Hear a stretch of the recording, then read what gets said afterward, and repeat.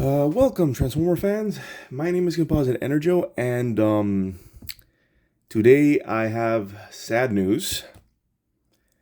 It's a very sad day in the Transformers community because as of this video, the iconic and legendary voice of Optimus Prime, Peter Cullen, has unfortunately passed away. Like very recently as of this video. And to honor this passing, I've decided to do this video review, and I've decided to review this specific figure. It is the Rise of the Beasts, the core main line, like the actual movie line of Voyager class Optimus Prime, which marks, as far as I know, the last time that Peter Cullen voiced Optimus Prime, especially in a major way. I don't know if maybe there was like some smaller stuff he did, like more that was more recent, but to my knowledge, the last time he voiced the character proper was this iteration. Even though this particular figure is based off of like a slightly earlier concept art, so it doesn't look exactly like he does in the film. But yeah, I think it's fitting. And also, I honestly forgot that I didn't do a review of this video, if I'm being honest. I was after hitting the news, I was looking at my Optimus to see which one I should do. And this one felt the most appropriate since it was, the last time he played the character. So yeah, let me do my review first, and then I'll talk a little bit of how about how I feel about this sort of thing, or like my thoughts on it if you want to hear it. So let's get on to the figure. Here he is, the Voyager RoTB Optimus Prime, right here. He rolls quite well, and actually looks pretty good. It's a very nice little figure. I'm aware that the Studio Series one is more accurate, but I opted for this one because I don't know. That other one looked a little bit too similar to the Bumblebee movie one, and this one was a little more unique looking, which you'll see in the robot mode. But yeah, here he is in his vehicle mode, which is which is based off of the one he had in the film, which was a 1987 Freightliner semi-truck, FLA semi-truck, if I remember that correctly. So here it is.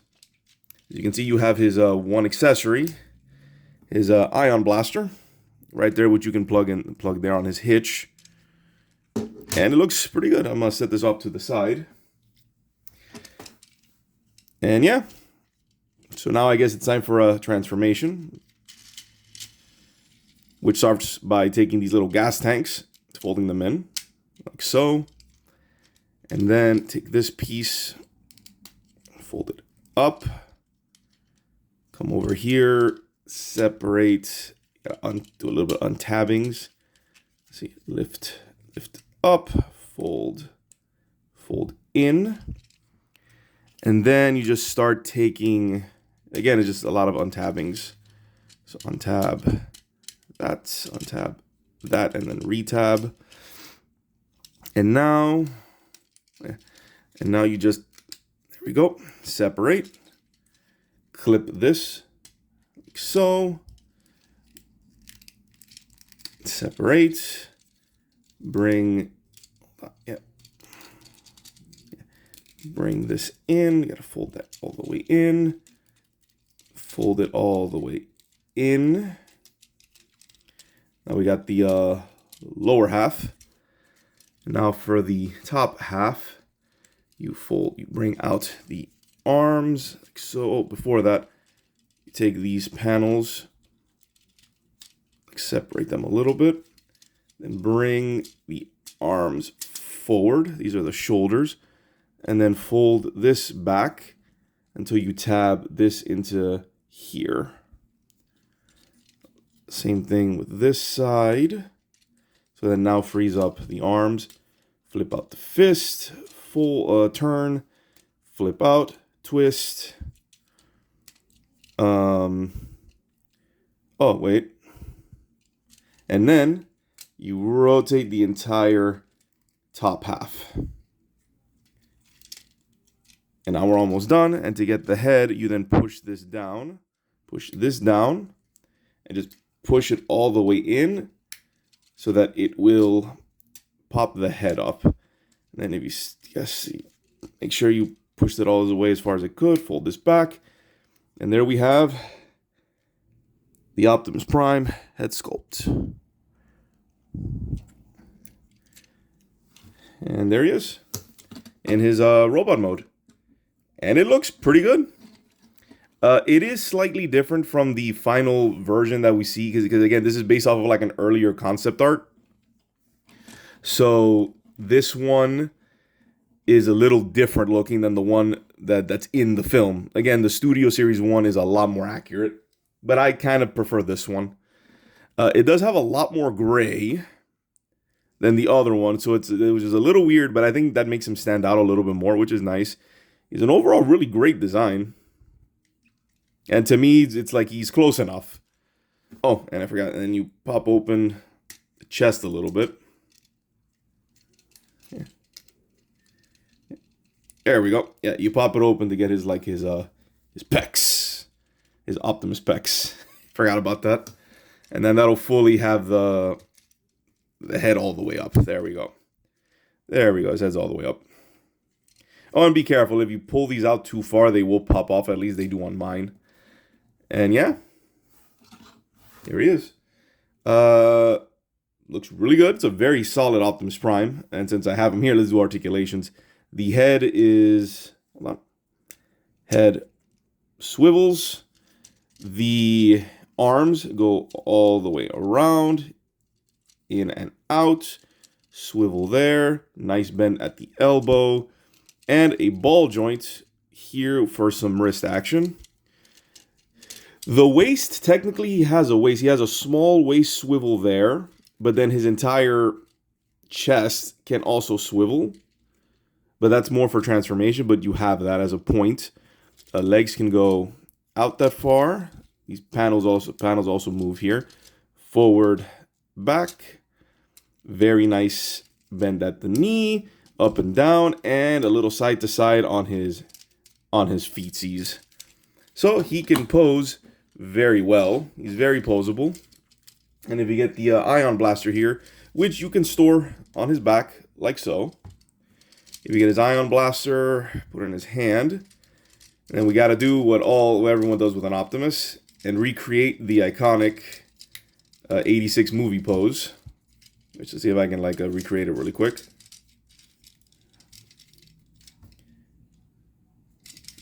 I think I did a terrible job at it. But he can do it. Like, I'm not really seeing it now.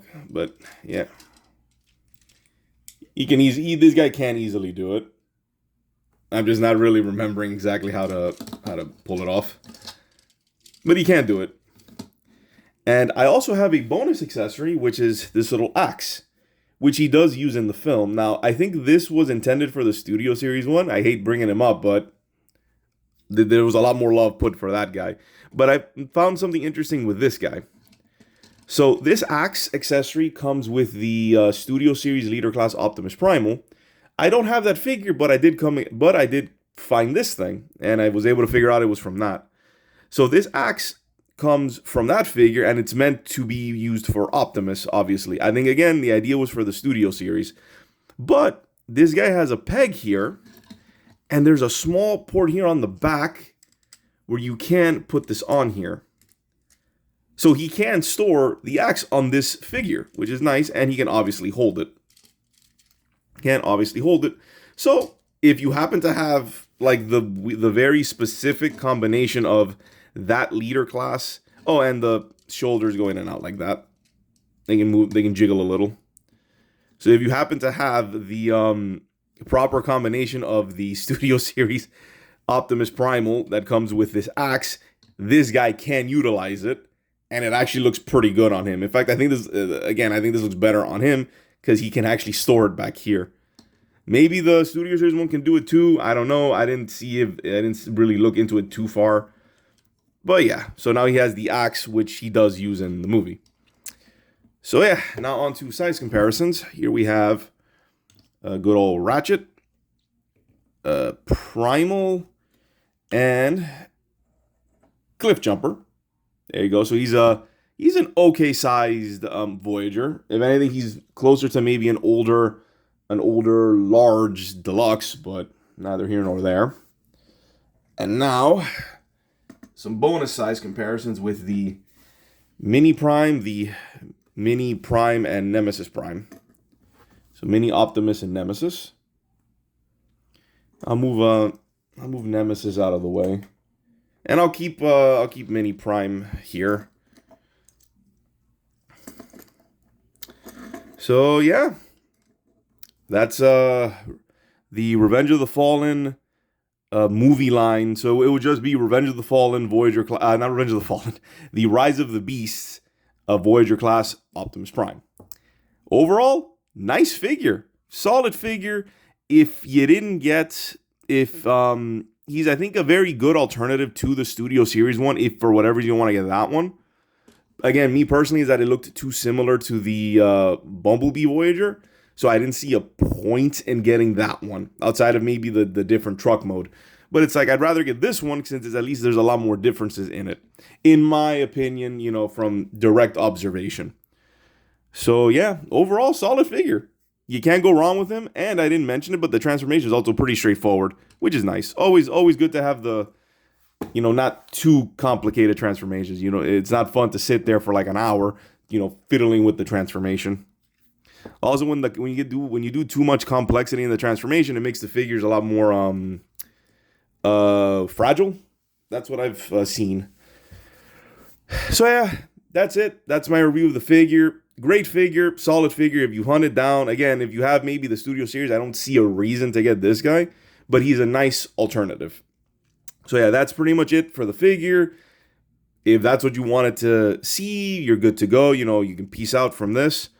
But now I want to talk a little bit more about, Peter Cullen's passing and what it kind of, I guess just my thoughts on it.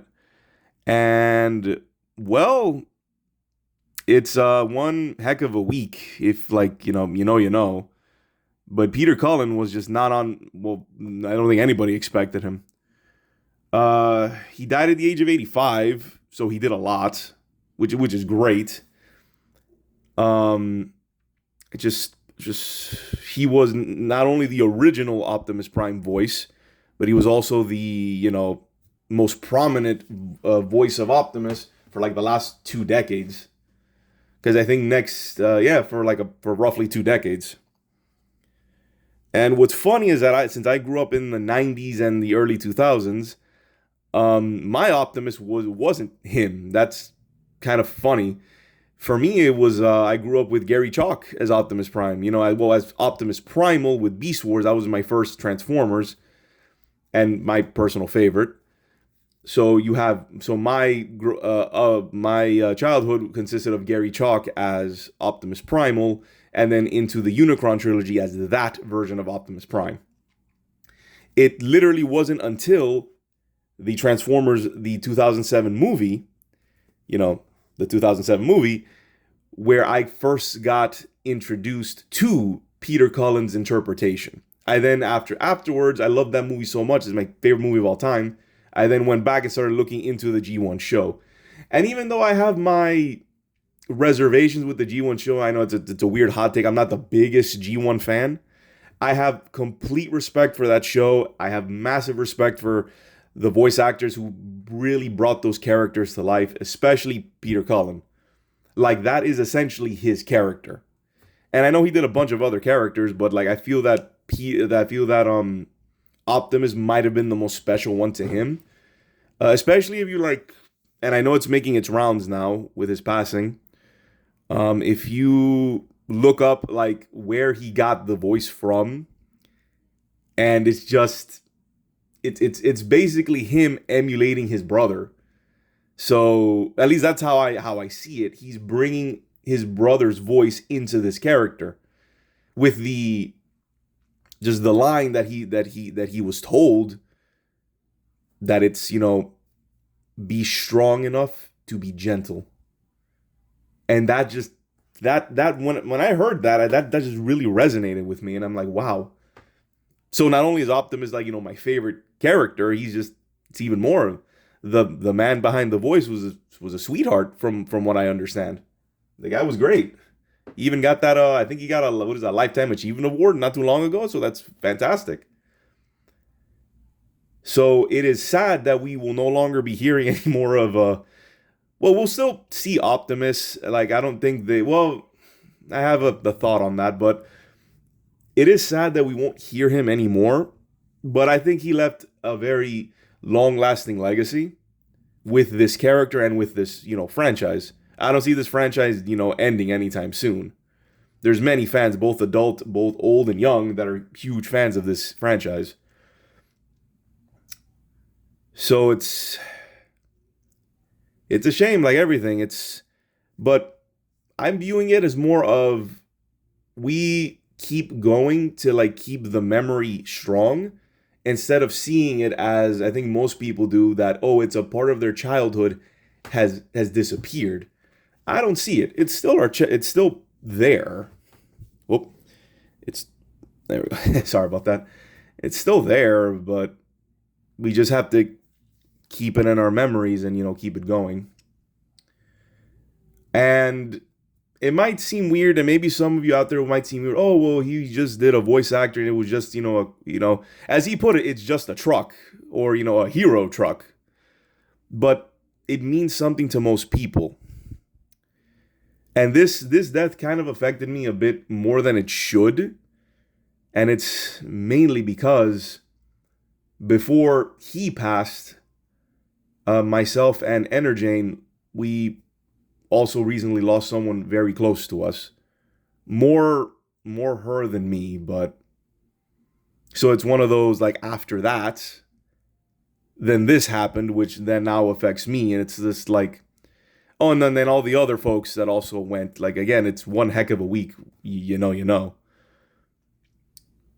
But we mourn and then we move on. That's what we should do. And then we remember.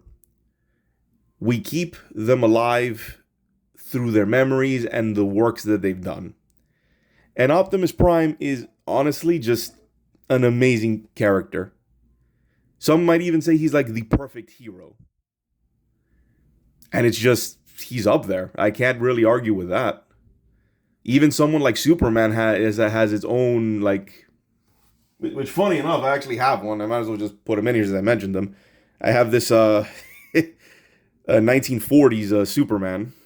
And yeah, he serves a different purpose. He's more of a symbol of like hope and a protector. But Optimus was something else. There was more. Again, I love Superman, but Optimus, like, he filled a different role. And just like we're gonna miss him. Optimus, like, that might as well have was him.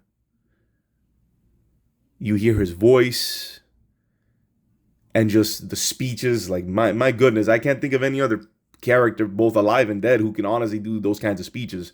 Like, wow. It's just, yeah.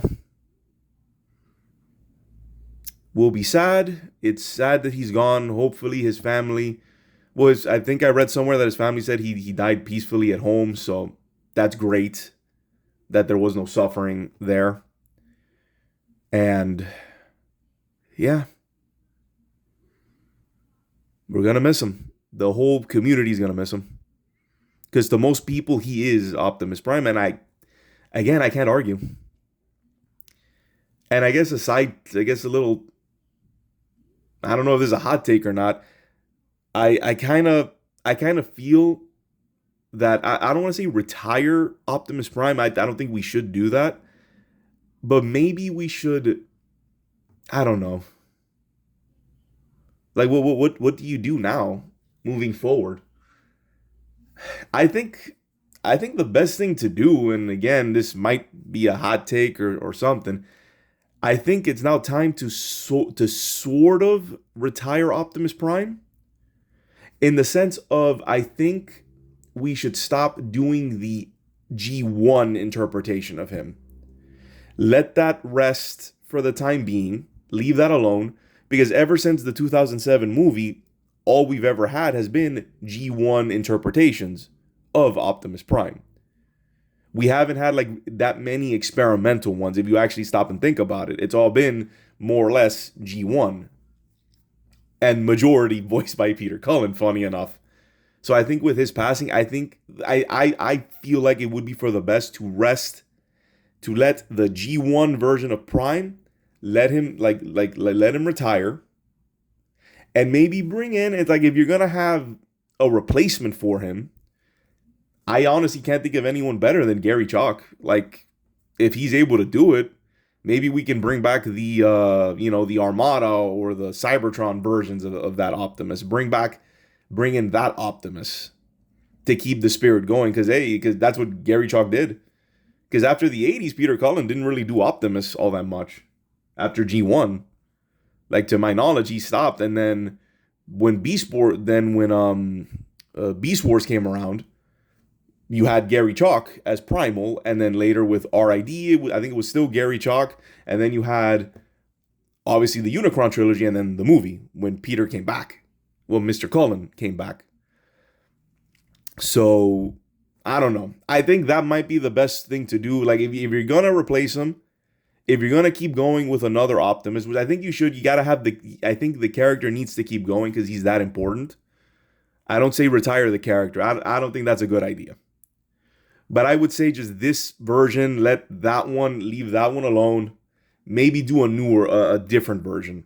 And again, if you're going to have a replacement voice actor, I can't see anyone better than the guy who did it the first time around, who took over the mantle, Gary Chalk. If he can, if he's willing, if he can, I think he would be the ideal replacement moving forward. That way we don't have someone who's trying to because what I don't want to do, I don't want to have someone try and mimic Peter Cullen. I think that would be disrespectful.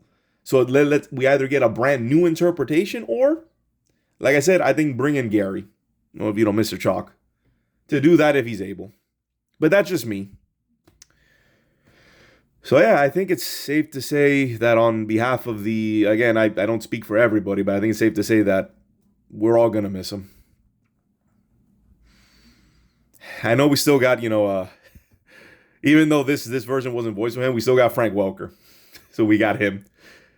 Oh boy, could you imagine? Do you imagine how weird it would be if Frank Welker started voicing Optimus? That'd be I think weirdly poetic. I think I wouldn't mind that. It just, you can hear the Megatron in an Optimus impression. Which again, I would rather not have an impression, but I think if Frank Welker does it, that would be interesting. I wouldn't mind that. I think that'd be kind of neat. But yeah. Yeah. We're gonna miss him. So yeah.